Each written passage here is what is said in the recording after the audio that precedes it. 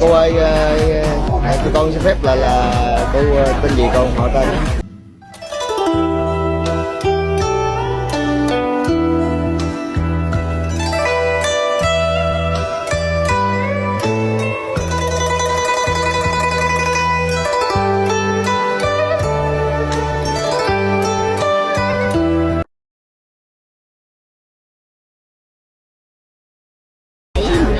75 tuổi. Mình ở đâu? Dạ. Dạ, dây sưng luôn á cô. Dạ. Mình rồi trước giờ mình bị bệnh gì cô?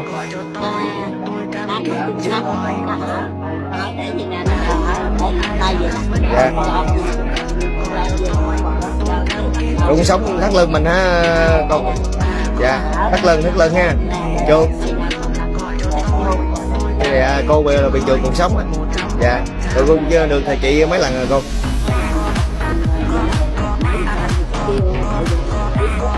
Dạ. Dạ, chị toàn thân. Dạ, là cô chị có 2 ngày thôi hả cô? Hết luôn, hết hẳn luôn. Dạ. Rồi, dạ giờ là cô cũng như đi lại, cô khỏe lắm hả cô? Năm trước là khi mà bệnh á thấy nó khó chịu hả cô, nhức mỏi lắm mà. Dạ.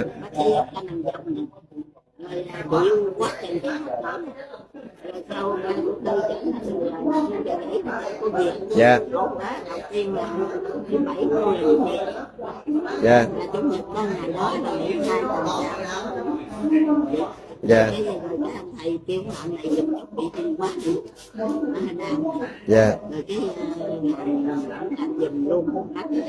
Dạ. Dạ, nói chung là cũng an lành hả cô? Dạ. Dạ, Duyên cảm ơn cô ơi. Chúc cô thầy phố lát nữa đây chị với cô lần này với hết bệnh luôn nha cô. Dạ. Mình khỏe khoắn an lành. Dạ. Dạ. Ông như có bà con cô bác về ở khu vực đây mà có bệnh thì tổ chức cũng quay về cô yên tâm. Dạ. Thì mấy đứa nhỏ mà nó xuống bữa đó là cái ngày 13 đầu đó là 27 tuổi. Dạ. Nhỏ lớn rồi cháu nội cháu ngoại con gái sau đi. Dạ. Dạ, vậy con cảm ơn cô ơi. Cô đợi tí xíu nữa thầy chị với con hả cô? Dạ, thành phố ha. Dạ.